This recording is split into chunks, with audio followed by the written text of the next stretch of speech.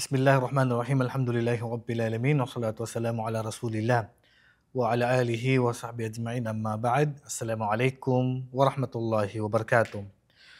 So ngayon mga kapatid, nandito naman tayo ngayon sa pagpapatuloy ng ating talakayin sa Al-Fiqh al-Usra o Al-Fiqh al-Muyassar, Qism Fiqh al-Usra na isinulat ng mga batikang mga ulama o piling mga ulama sina Sheikh Abdullah bin Muhammad al-Mutlaq at saka ni Sheikh Abdullah bin Muhammad al-Tayyar at saka si Muhammad bin Ibrahim al-Musa. So nandito na tayo ngayon sa Arkanu an-Nikah. Arkan an-Nikah. اختلف الفقهاء في أركان النكاح على 3 أقوال. Nagkaroon ng opinion ng mga ulama sa haligi ng kasal sa tatlong pananaw o opinion. الأول أن ركنه واحد الإجاب والقبول وهو مذهب الحنفية. Sa mga ulama ng Hanafiya, sabi nila na ang haligi lamang ng kasal ay isa lang, ang ijab wal qabul lamang, ang pagpapatanggap ng kasal at ang pagtanggap ng kasal. Halimbawa, tinanggap mo ba na asawa mo? Wala, zawwajtuka. Sasagutin yung lalaki, qabiltu nikahaha. So ito lang yung haligi ayon sa ulama ng Hanafiya. Pangalawa, الثاني أن أركانه 3 وهي عند المالكية الولي والزوجان والصيغة.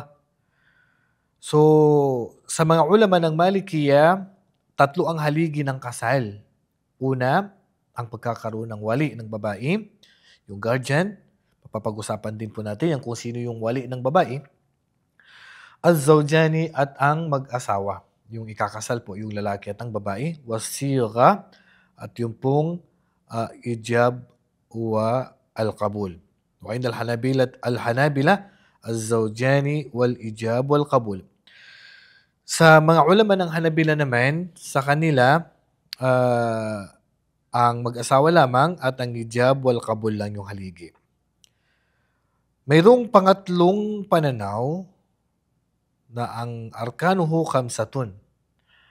Ang haligi ng kasal ay 5. Ang haligi ng kasal ay 5. Wa huwa madhabu Syafi'iyah. Ito naman ang pananaw ng Syafi'iyah. Una, as-sigha, yung zawwajtuka.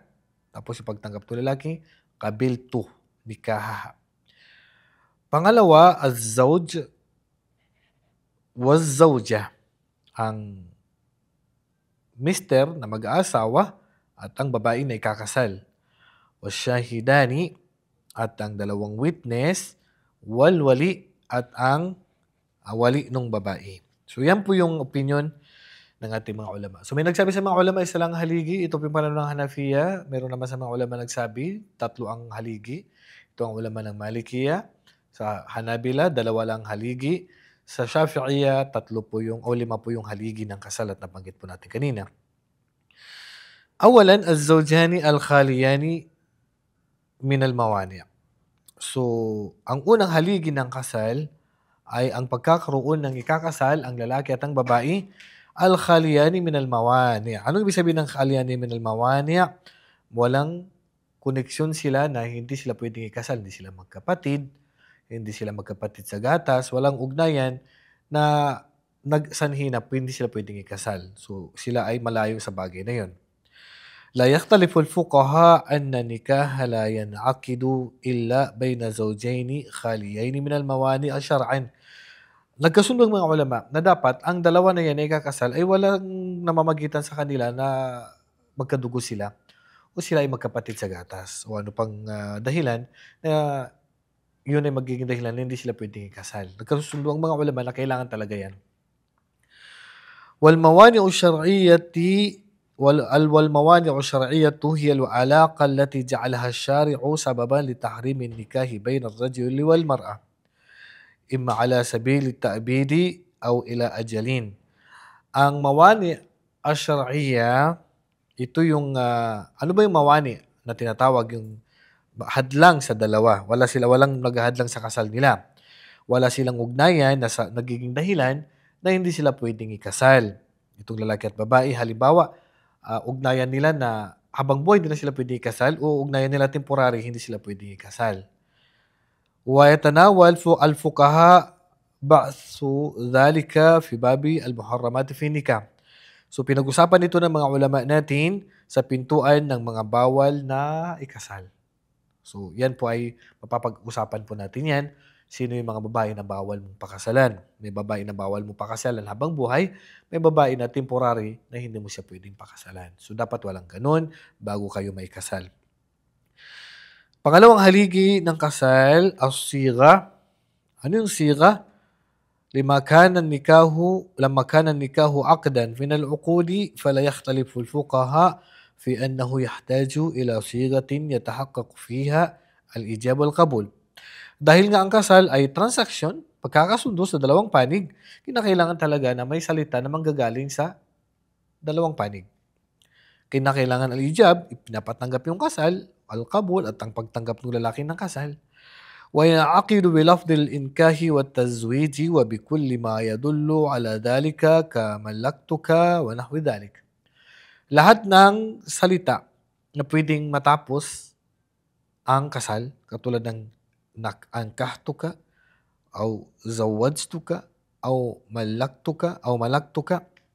So, lahat ng salita na pwedeng, ang kahulugan ay tanggapin mo na asawa mo, ikinasal ko sa'yo si ganito. So, lahat ng nangangahulugan ng kasal, o ibibigay mo na magiging asawa na niya, so pwede pong gamitin yun, nabigkasin sa pagtatali po ng kasal. Yan po yung pangalawa, al-ijab wal-qabul. Pangatlo, al-wilayatu o al-wali. Okay, yung wali, yung pong guardian ng babae. الولاية في الفقه سلطة يثبتها الشرع لإنسان تمكنه من رعاية المولى عليه من نفس ومال وحفظه وتنميته بالطرق المشروعة. فولي المرأة في باب النكاح والذي يتولى تزويج المرأة وفق ما تقتضي به أحكام الشريعة. So, siya yung tatayo bilang guardian o magpapatanggap sa kasal. Siya yung haharap sa lalaki para ipatanggap sa lalaki na yung mag-aasawa sa kanya yung kasal ng babae. So yan po yung wali. Huwa imma an yakuna mulzaman biakhdi ra'iha o kaya ay kinakailangan kumuha sa kanyang opinion aw la yakunu kadhalika hasba ikhtilafi quwwati al-qarabati wa halil mar'a. So nakadepende ito sa kung pinakamalapit na koneksyon ng babae sa kanyang wali o sa kalagayan ng babae. So, papasok tayo sa kondisyon ng wali. Ano yung mga kondisyon ng wali? At ang kondisyon ng wali, mga kapatid, ay meron tayo ditong 5 o 6, 5, 6, 7, 8. So, 8 po yung kondisyon ng wali na dapat makumpleto na katangihan ng wali bago siya magiging ganap na wali. So, yan po yung pag-usapan natin sa susunod na pagkikita natin. Wallahu a'lam wa sallallahu ala nabiyina Muhammad wa ala alihi wa sahbihi ajma'in. Assalamualaikum warahmatullahi wabarakatuh.